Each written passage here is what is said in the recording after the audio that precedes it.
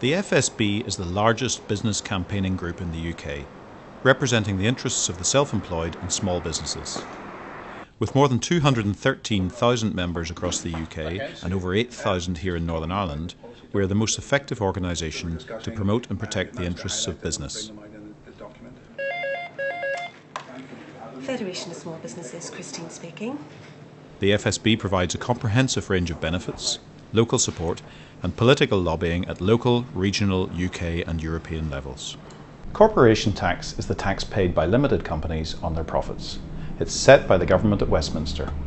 The FSB is campaigning to have the power to cut corporation tax devolved to the Northern Ireland Assembly. This is important because we're the only part of the UK that borders another EU country. Corporation tax in the Republic of Ireland is 12.5%. That's less than half the rate of Northern Ireland, which stands at 26%.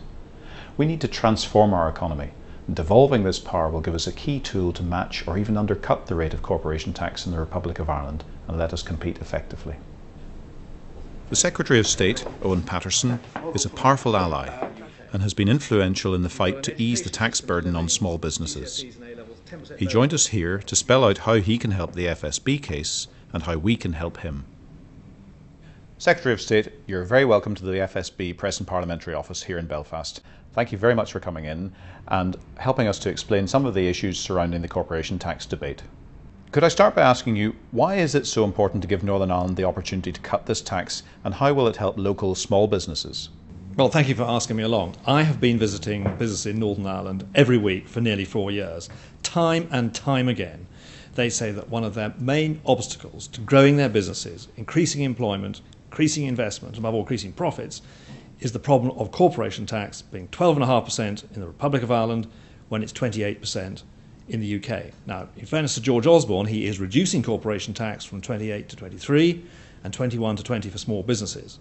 But I'm absolutely convinced that reducing corporation tax further here by allowing the executive in Stormont to decide the rate of tax would be a massive boost to existing businesses and would bring in fresh foreign direct investment. The majority of local businesses are not limited companies, so they don't pay corporation tax. Why should these businesses support the proposals to cut the rate?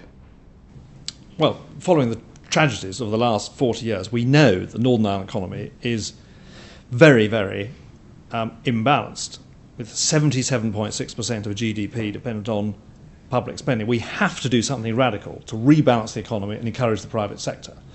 There are some absolutely world-class businesses here. There aren't enough of them. And as you say, many of those are very small businesses. They will gain. If you grow the cake, you increase prosperity, there will be more spent in the shops, spent on services, spent on local products. That is an absolute fact, which has been proved time and again if you look at successful economies around the world. It works the other way. Tragically, there's some very major closures up near Limavady. You talk to the retailers, they were hit really badly by that, and very quickly. So this would have a knock-on effect in a very positive way for many, many small businesses. As a national organisation, why should the FSB support the devolution of corporation tax and the cutting of the rate of tax in just one part of the UK? The circumstances in Northern Ireland are unique. No other part of Western Europe has had a vicious armed insurgency of the intensity that's happened in Northern Ireland that has done such damage to what the Germans call the Mittelstand. You just don't have that range of solid businesses employing 50, 100, 150 people like you do anywhere else in the Western world.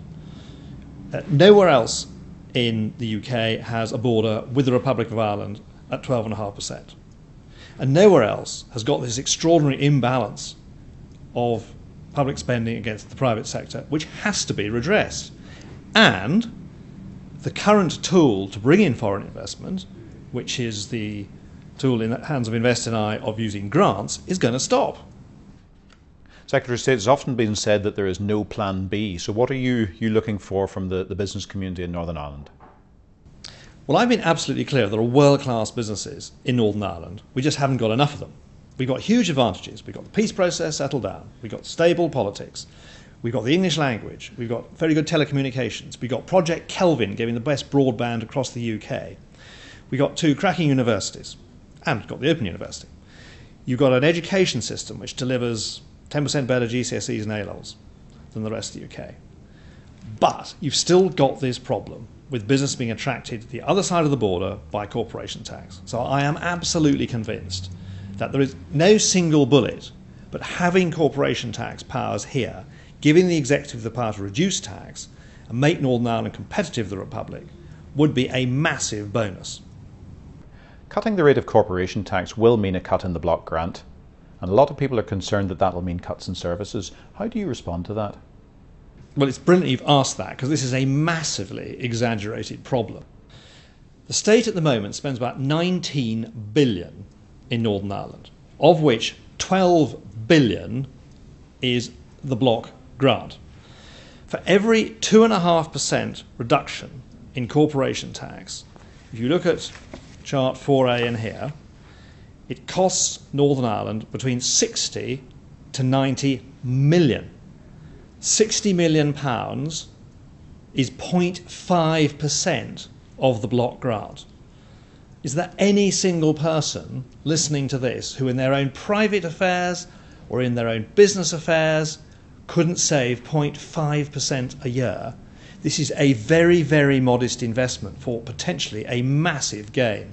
And I'm quite confident that the cake would grow. You look at other examples. You look at the Republic of Ireland. At the time that they reduced corporation tax, they grew public spending on public services by 220%. While we in England had the brown splurge, we grew by 120%. You look at the revenues that have come forward in Canada, you look at other areas in Eastern Europe where they've reduced taxes, you grow the cake, you grow the revenue. So we would give a massively powerful tool to the executive to actually grow revenue and therefore tax, which could be spent on public goods. So it's not a question of either a corporate tax cut or a new cancer centre. It's actually a corporate tax cut would deliver more revenue and you can have 2 cancer centres. That's a very powerful argument, but some businesses have voiced concerns that a cut in corporation tax will be paid for by removing the cap on manufacturing rates. Now, manufacturing and exports are the cornerstones of the economy. How would you allay their fears? Well, planning actually and rates are the 2 other issues which come up time and again when I go to businesses as obstacles to their growth and expansion. What we'll be doing, we will be making Northern Ireland ministers responsible for the economy. And if they have got plans to build new roads, to build new schools, to build new health facilities, they're going to need the revenue. They will be completely idiotic if they use one tool to grow revenue by reducing corporation tax, but then wreck its effects by jacking up rates. And what I hope we will do, we'll be putting a mechanism into the system of government in Northern Ireland to make it much more business friendly, to react far more quickly to business projects. Because if these projects don't take off and the economy doesn't grow, you won't grow the revenue and they won't have that money to spend on public goods. So I think it's exactly the opposite actually. I think we're putting a mechanism and a pressure into the system of government here that's never happened before to really bear down on costs and to make the executive really business friendly. But speaking of the executive, they haven't had such tax raising powers before. How do you think they'll be able to handle them given the other challenges that they're facing at the moment? Well, I think in fairness to the executive, they've handled setting up the arrangements has been a very complex process over recent years. But we've had a successful election, we've got a stable executive which has formed very quickly, and I've got confidence in the politicians here from all parties. And don't forget, when we launched this consultation, all 5 political parties sent their leaders or their senior figures to come and support the launch. So every single political party is behind this, and they now understand the concept that there can be no countervailing subsidy from central government. And there has to be this very, very modest reduction in block grant to pay for it. And they've bought into the idea that if you grow the cake, you will grow the revenue. Do you think the benefits of cutting corporation tax outweigh the risks? The risk is doing nothing. That is a very, very dangerous option. Because the English taxpayer, who currently gets £8,559 spent on him or her, is looking at Northern Ireland, which they now see as stable, with a political process working, and yet public spending is £10,662 per head. That's 25% more. Now, the rumbles are beginning. Nothing drastic is going to happen tomorrow or next year, probably 5 years, not even 10 years. But it is absolutely inevitable that that gap will close because English taxpayers say, why? Why do these guys need all that money spent on? So it is absolutely inevitable that we need to address the fact now and grow the economy and give local politicians the power to grow revenue. Doing nothing is by far the most risky option. So I say it again, by all means, object to my ideas on corporation tax, but please do it when you've got a plan B, and I've yet to hear of a plan B. What do you need from the business community of Northern Ireland to help you to do the job? What I need is an overwhelming response to this consultation by June the 24th. This is not in the bag. What I need is a huge number of responses from right across the board in Northern Ireland so that I can go to talk to my cabinet colleagues saying this has massive popular support. Because we've got a real battle on. There are not just economic and financial issues to discuss, there are constitutional issues. This will be a major move for the coalition government to devolve this power to the executive here. So I've got a big battle on over the next few months after June the 24th, but for the moment, the power is in your members' hands. If they can get out there and get every one of their customers, every one of their suppliers, every one of their family members to send in a response to the consultation, that will help me when I begin to discuss this in earnest later in the summer. Secretary of State, thank you very much for giving us your views. We wish you well in your endeavours to cut the rate of tax and to support business in Northern Ireland to grow itself and to grow the economy for all of us. Thank you. Thank you very much for giving me this opportunity. It's incredibly important that everybody watching this sends a personal response to the Treasury.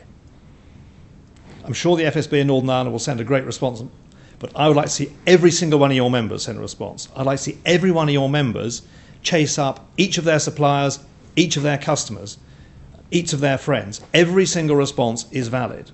The first step is to convince the Treasury that there is overwhelming support in Northern Ireland for this move. And everybody watching this has got till the 24th of June to send in their response. Secretary of State, thank you. Thank you very much.